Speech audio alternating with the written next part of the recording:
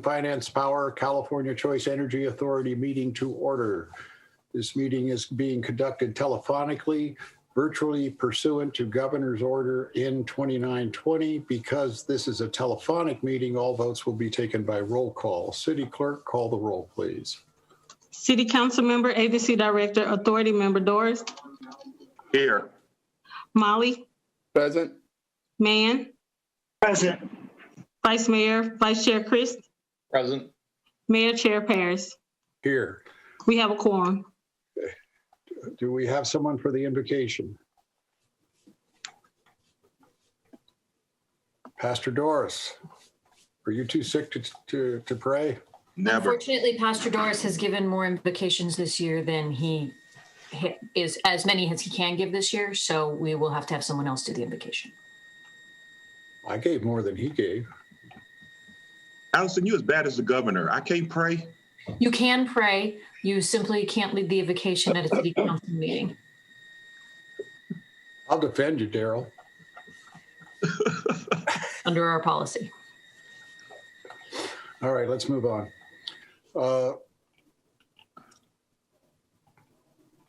City Manager, any items to be removed?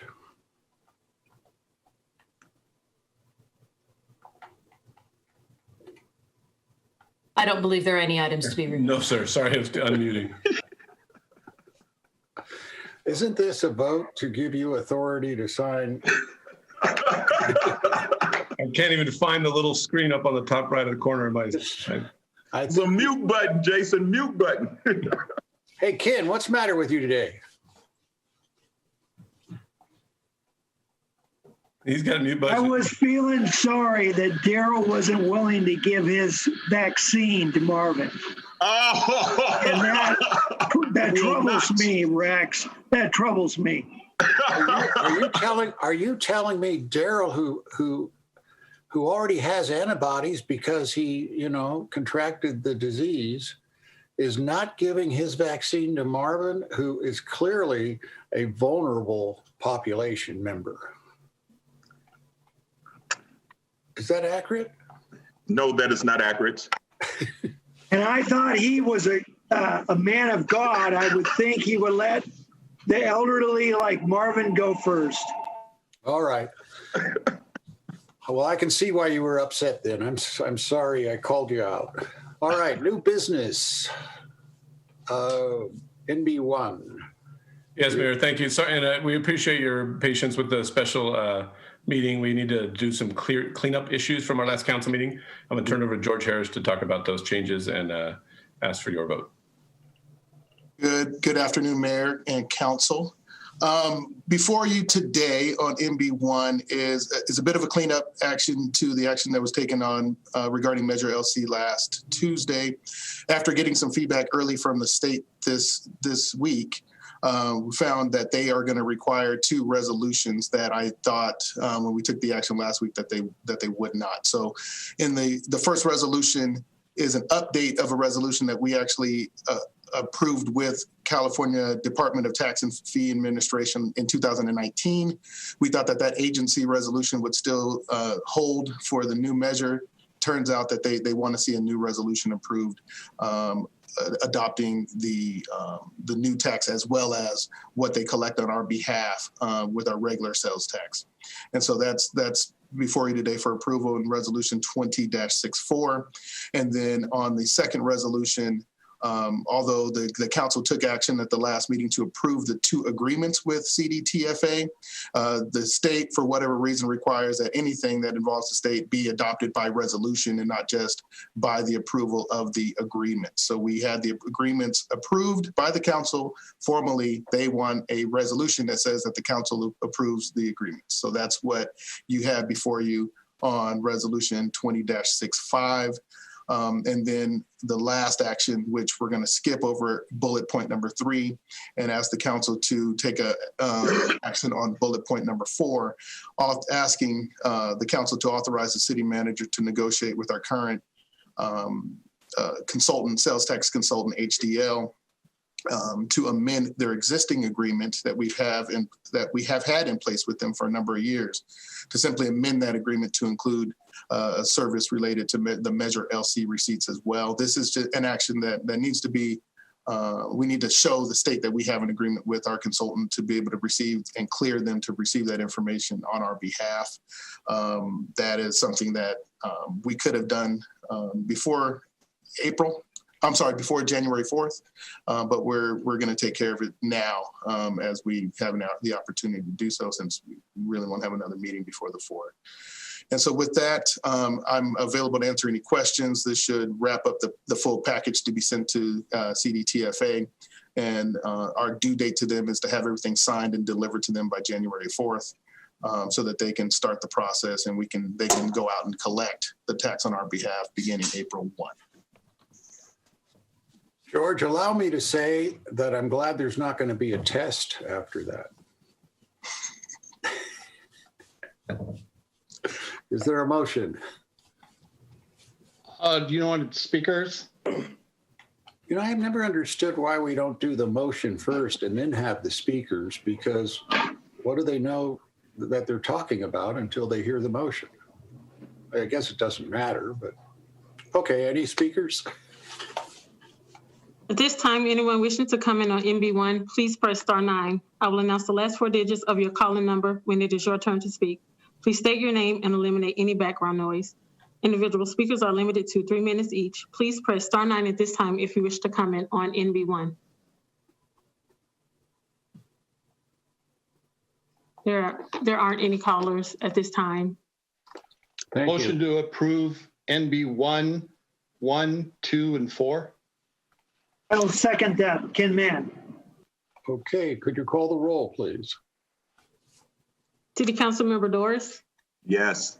Molly, Yes. Mann, For sure, yes. Vice Mayor Chris, Yes. Mayor Paris. Abstain. I didn't understand any of it. It passes. Repeat it. Passes 4-0 with Mayor Paris abstaining. I've been cooped up for a week. I'm going crazy.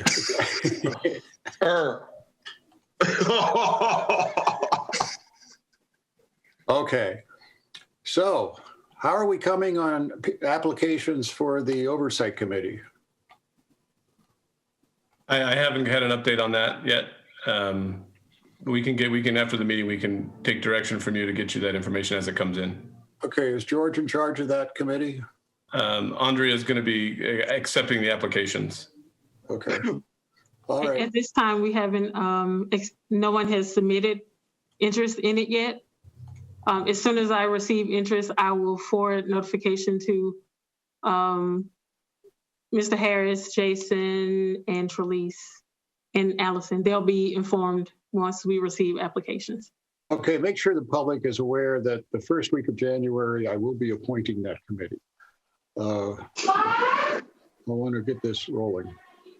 Mayor, not that we can take any action, but my thoughts are just off the top is that we probably ought to have a respectful cross-section of the citizens of Lancaster to be on that. So maybe, so we don't get a slanted, because I'm going to think everybody's going to come with different views. So as an example, somebody that comes from business, they may have a thought versus somebody that, let's say, is a volunteer.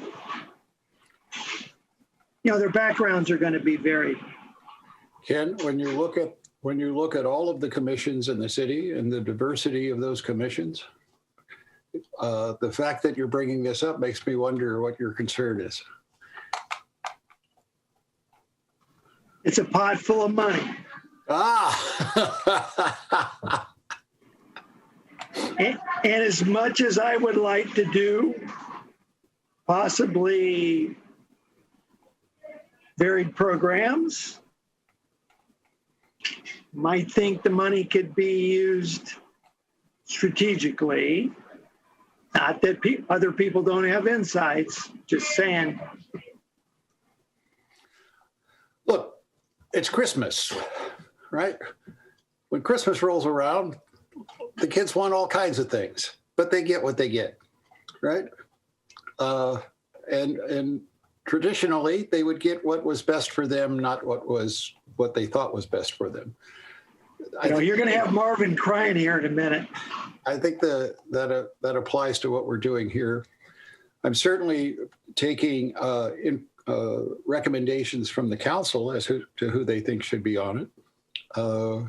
But I also am cognizant of the fact that this gives the city a unique opportunity to launch into the 21st century in ways that we had not been able to do prior to the passage of it. And so, who I'm looking at, or who I will be looking at, is people that have vision and see what can be accomplished, and I'm more concerned about what's going to happen 10 years out rather than next year. Because I think that's our function, is to grow a thriving city. But it's not going to be my decision how to spend it. It's going to be the council's decision. And so far, I think we've made some pretty good decisions. But if you have a burning desire to put somebody on it, make sure you let me know, because by January 7th, that committee will be appointed. Okay. So how's the restaurant package coming along? Sorry. We're not voting on anything, Allison. We're just talking. The cards have been printed. They're ready to go. The first giveaway was last night at the Department of Child and Family Services event. The next giveaway will be at the turkey giveaway, the turkey food drive. And then we've established relationships with all the grocers unions and other folks that are getting it in that order. So we're going to spread them out. The restaurants, when talking to them, didn't want it all in one shot. They obviously want to have inventory issues and preparation of those things. So we're going to be spreading it out over the next couple of weeks. Okay. How many were given out last night? Do you know? I'm not a number. I mean, I think it was in the 75 range or something like that. It was for the drive-in. It wasn't a significant amount. Okay. Thank you. Anybody got anything else? And now, Ken, you better have somebody you want to put on that committee.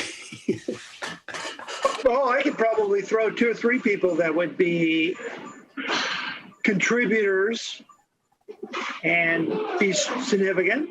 Easy.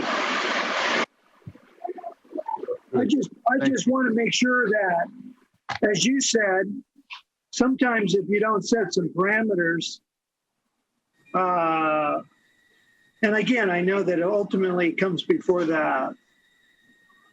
us as a body, but what a breath of fresh air from where we were at back in 2008 when things went to hell in a handbasket, and we had to navigate the downturn 2008, 2009, 2010.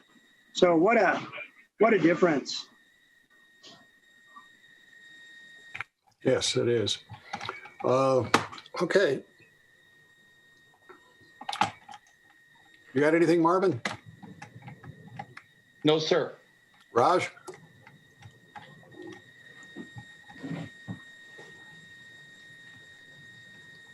Mayor Paris, we do need to offer public comment from the floor on non-agendized items. Okay, I'll get to that, but I want to hear from my council first. Okay. You good, Raj? I'm good. I'm sorry. So, Daryl, are you going to live? And by the grace of God, I thank God for the health that I do have right now, and that's serious. I didn't realize how strong this virus is, and my son, when he contracted it, had the mild form, according to Dr. Larry Stock. He had the mild form of it, and 4 out of the 6 people in my household contracted symptoms.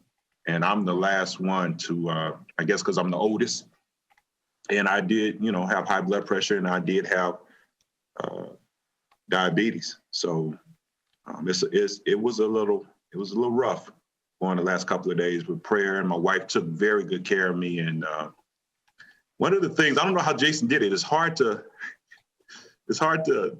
leave your wife. It's hard to get out of the room with her, you know, especially when she's the one trying to take care of you, you know. You're telling everybody to scatter. I'm coming through the hallway. Everybody scatter. Everybody stay in your rooms. It's a unique set of circumstances. So it really is. We pray. It's a horrible, horrible disease. It is. So are we opening the fairgrounds, Jason? Do you know? We monitor with the hospital daily. They have not given us the go-ahead yet. We are prepared, staged, ready. So we're kind of looking to them as it relates to their capacity there to handle it. Okay.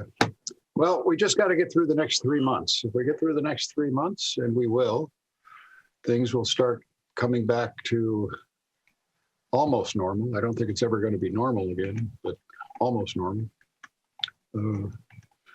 Okay, you want to see if there's any public comment? Okay, at this time, anyone wishing to comment on non-agendized items, please press star 9. I will announce the last 4 digits of your calling number when it is your turn to speak.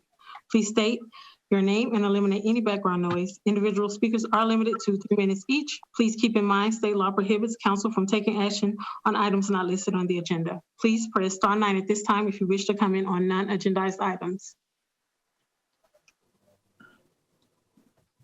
No public comments at this time. Okay, thank you. Hey, you guys, you know, if you're 85 and you get this disease, you're 600 times more likely to die. But if you're 100, you know, a centurion, 100, you're more likely to survive than somebody who's 60.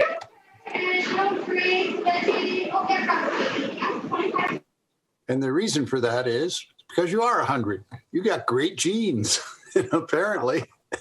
It defeats the virus. So And Ken's that, safe? what? The kid is safe. I couldn't hear that, and I don't want to hear it. Marvin is always trying to figure out, we already offered Daryl's vaccine to him. What is he complaining about? He just wants more, Ken. All right. The next meeting is scheduled for Tuesday, January 12th, 2021 at 5 p.m. Everybody stay safe, wear your mask. God bless. Bye-bye. We'll see you all on Sunday.